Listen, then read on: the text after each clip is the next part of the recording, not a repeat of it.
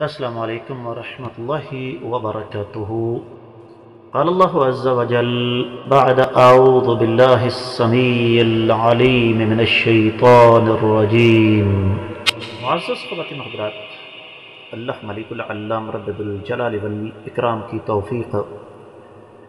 اور اس ذات بابرکات کا فضل و کرم، آج کا ہمارا سبق کلام مقدس، کلام الہی، قرآن مجید، اور قرآن مجید کا 12واں پارہ، سورہ مبارکہ کا نام ہود، اور اس کی 40ویں آیت مبارکہ۔ اس آیت مبارکہ کا موضوع یہ ہے کہ جھٹلانے والوں کی ہلاکت اور ایمان والوں کی نجات کی علامت۔ اللہ تعالیٰ فرماتے ہیں حتیٰ یہاں تک کہ اذا جب آ گیا امرنا، ہمارا حکم،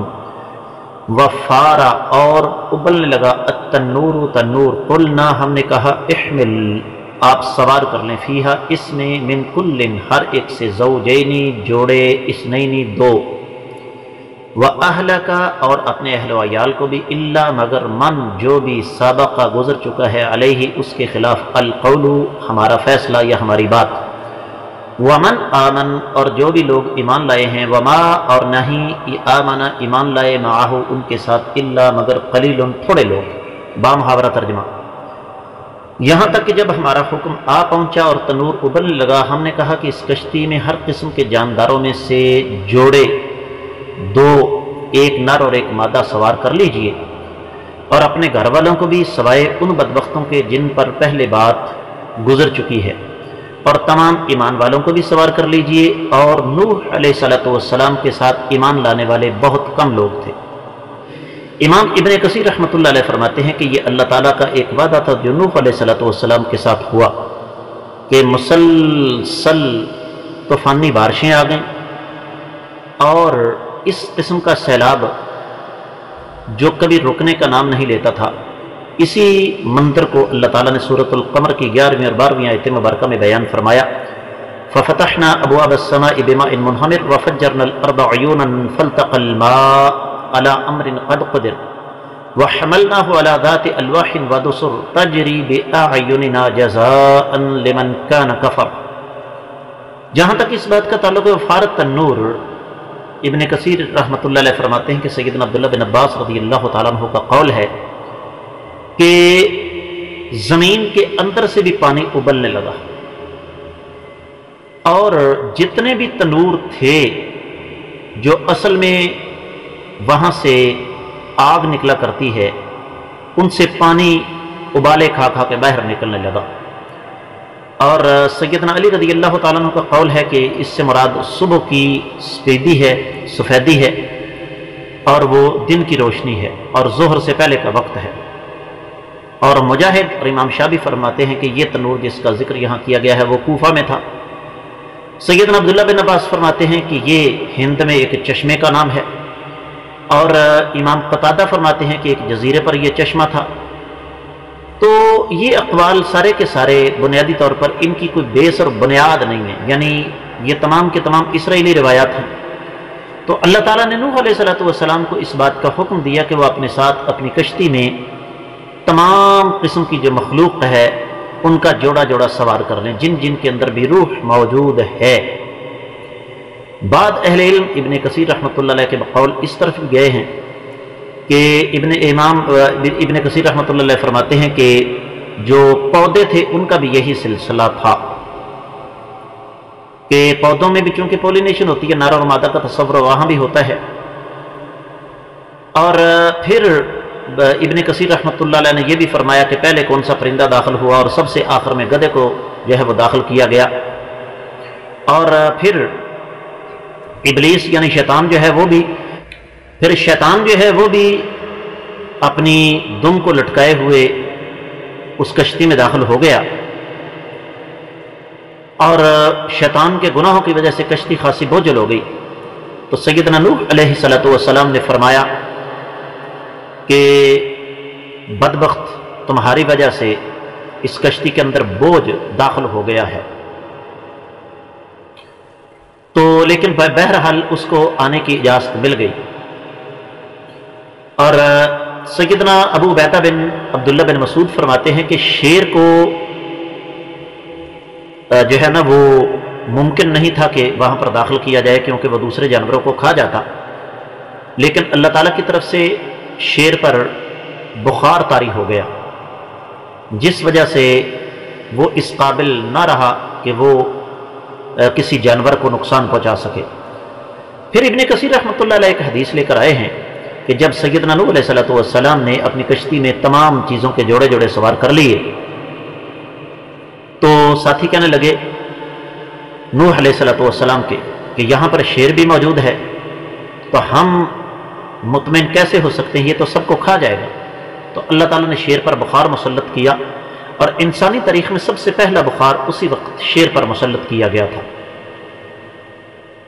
اور پھر اسی طریقے سے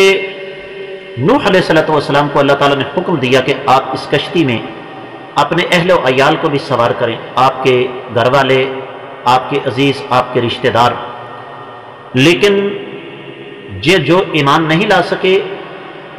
ان کو سوار کرنے کی اجازت نہیں مل سکی، اور ان میں سے ان کا ایک بیٹا یام بھی تھا، یام یا الف اور میم، اور اسی طریقے سے سیدنا نوح علیہ السلام کی بیوی جو اللہ اور نوح علیہ السلام کی انکاری تھی، اور اسی طریقے سے یہ بھی حکم ہوا کہ آپ کی قوم میں سے جو لوگ ایمان لائے ہیں ان کو بھی ساتھ شامل کر لیجئے۔ تو نوح علیہ السلام کے ساتھ بہت کم لوگ ایمان لائے، یعنی ایک چھوٹی سی جماعت تھی۔ 1500 سال میں عبداللہ بن عباس رضی اللہ تعالیٰ عنہ کے بقول وہ 80 افراد تھے، اور سیدنا کعب الاحبار فرماتے ہیں کہ وہ 72 افراد تھے، اور یہ بھی کہا جاتا ہے کہ 10 افراد تھے، اور یہ بھی کہا جاتا ہے کہ نوح علیہ السلام اور ان کے 3 بیٹے سام، حام اور یافس تھے۔ تو اس حوالے سے روایات جو ہیں وہ مختلف ہیں۔ تو یہ تفسیر ابن کثیر میں ابن کثیر رحمۃ اللہ علیہ نے یہ تمام کی تمام روایات جمع کی ہیں۔ اس آیت مبارکہ کے حوالے سے دیگر کتب تفسیر کا جائزہ لیا جائے تو بہت سارے امور ہمارے سامنے آتے ہیں، اور بڑی قیمتی بات کہ ہاں اہل علم نے بیان فرمائی ہے۔ وہ فرماتے ہیں کہ کشتی کے بارے میں جتنی بھی روایات ہیں ان کی اکثریت اسرائیلیات سے ہے، اور لوگ یہ کہتے ہیں کہ جناب اسرائیلی روایات جو ہیں وہ تورات وغیرہ سے ثابت ہیں، لیکن ہمارا یہ ایمان ہے اور ہمیں اس بات کا اچھی طرح علم ہے کہ تورات جو ہے اس کی صورتحال یہ ہے کہ یہ بنیادی طور پر تبدیل شدہ ہے، یہ اپنی اصلی حالت میں موجود نہیں ہے، اور یہ طے شدہ بات ہے کہ جو چیز اپنی اصلی حالت میں موجود نہ ہو اس کا اعتبار نہیں کیا جا سکتا۔ اور ایک بات تو یہ طے شدہ ہے کہ اہل علم نے اس بات کا جزم فرمایا ہے، خاص طور پر تفسیر طبری وغیرہ میں یہ بات لکھی ہوئی ہے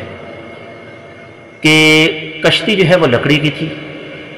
اور پھر اس کو اندر اور باہر سے روغن کیا گیا تھا، اور جس طرح اس سے پہلے یہ بات گزر چکی ہے کہ اس کی لمبائی اور چوڑائی کے بارے میں مختلف قسم کی آراء ہیں، لیکن یہ بات بھی ثابت شدہ ہے، تفسیر طبری میں یہ بات لکھی ہوئی ہے کہ اس میں اس کی 3 منزلیں تھیں، نیچے والی، درمیان والی اور اوپر والی، اور یہ اللہ ملک العلام رب الجلال والاکرام کا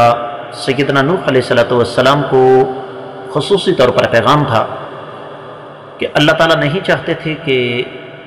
جانداروں کی نسل، جانوروں کی نسل جو ہے وہ ناپید ہو، وہ ختم ہو۔ اس وجہ سے اللہ رب العزت نے ہر جانور کا جوڑا بٹھانے کا حکم دیا۔ یہاں سے بات اہل علم نے ایک بڑا قیمتی استدلال کیا ہے، خاص طور پر ان لوگوں کے لیے جو یہ سوال کرتے ہیں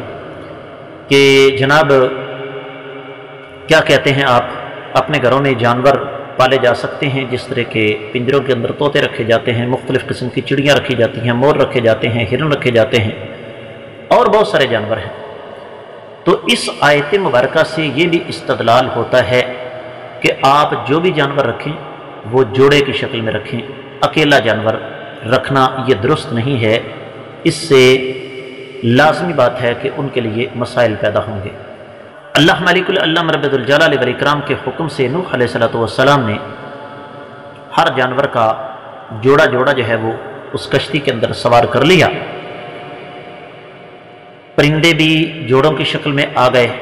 اب رہا یہ مسئلہ کہ یہ چیز تو عقلی طور پر محال ہے کہ ایک چھوٹی سی کشتی میں تمام قسم کے جانوروں کا جوڑا جوڑا آ جائے۔ اس حوالے سے میں یہ عرض کرنا چاہوں گا کہ بہت ساری باتیں ایسی ہیں جن کا تعلق انسان کی عقل سے زیادہ انسان کے ایمان کے ساتھ ہوتا ہے۔ اور پھر بعض روایات میں آتا ہے کہ سانپ اور بچھو یہ دونوں نوح علیہ السلام کے پاس آئے اور آ کر کہنے لگے جی ہمیں بھی آپ اس کشتی میں سوار کر لیں۔ تو نوح علیہ السلام نے فرمایا کہ تم اگر کشتی میں سوار ہو گئے تو تم اپنی حرکتوں سے باز نہیں آؤ گے، میں دوسری مخلوق کو امتحان میں نہیں ڈالنا چاہتا۔ تو کہنے لگے کہ ہم آپ سے وعدہ کرتے ہیں کہ ہم کسی ایسے شخص کو یا کسی ایسی مخلوق کو نقصان نہیں پہنچائیں گے جو آپ کا ساتھی ہو۔ پھر اسی طریقے سے جہاں تک اہل کا تعلق ہے، یہاں ایک بہت اہم بات میں آپ کی خدمت میں عرض کر دوں۔ لوگ دو اعتراض اٹھاتے ہیں۔ پہلا کہ جی نوح علیہ السلام کا بیٹا جس کا تذکرہ آگے آ رہا ہے وہ اپنے باپ کی نالائق اور نااہل اولاد کیوں ثابت ہوا؟ اس کا جواب ایک جملے میں ہے کہ اس کی والدہ جو ہے اس نے اس کی تربیت صحیح نہیں کی۔ دوسری بات جو میں یہاں خاص طور پر سمجھانا چاہوں گا وہ یہ کہ جی نوح علیہ السلام کی بیوی بد کردار تھی، یہ بات غلط ہے۔ اچھی طرح یہ بات نوٹ کر لیجئے، بد عقیدہ ہونا اور چیز ہے، بد کردار ہونا اور چیز ہے۔ اللہ تعالیٰ کی یہ سنت ہے، اللہ تعالیٰ کا یہ طریقہ ہے کہ رب کائنات نے انسانی تاریخ میں آج تک اپنے کسی نبی کے گھر کے لیے کسی بد کردار عورت کا انتخاب نہیں کیا۔ یہ بات ہر مسلمان کو اچھی طرح سمجھ لینی چاہیے۔ یہ بھی روایات میں لکھا ہے کہ سیدنا نوح علیہ السلام نے اپنے ساتھ اپنی بیوی جو کہ ایمان والی تھی، ایک بیوی ایمان والی تھی، اور پھر ان کے آگے اولاد اور ان کی پھر آگے اولاد، نوح علیہ السلام کے 3 بیٹے سام، شام اور یافس، ان کو سوار کیا۔ سام جو تھا یہ عربوں کا باپ بنا، اور شام جو تھا یہ سوڈانیوں کا باپ بنا، اور یافس جو ہے یہ ترکوں کا باپ بنا۔